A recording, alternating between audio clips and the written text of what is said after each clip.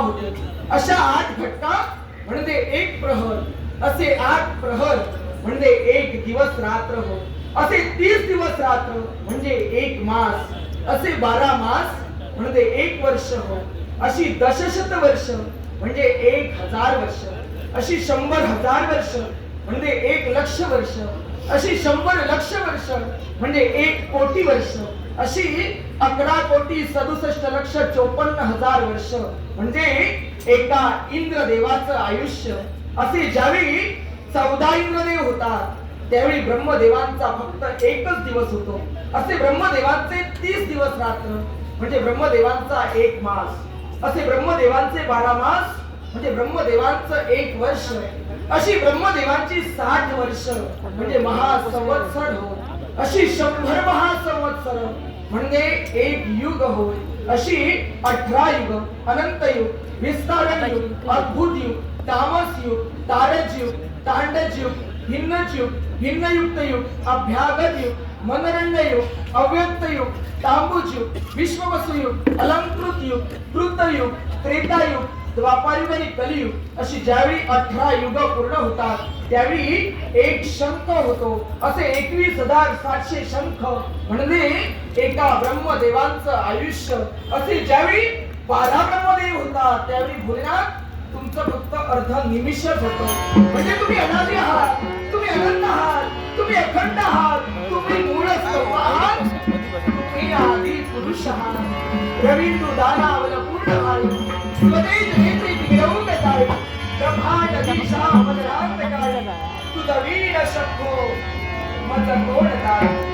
तुझा वीण शंभो मज कोण काय. शिव शंकर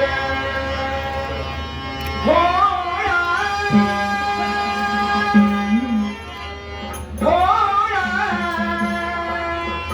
शिव शंकर भोळा.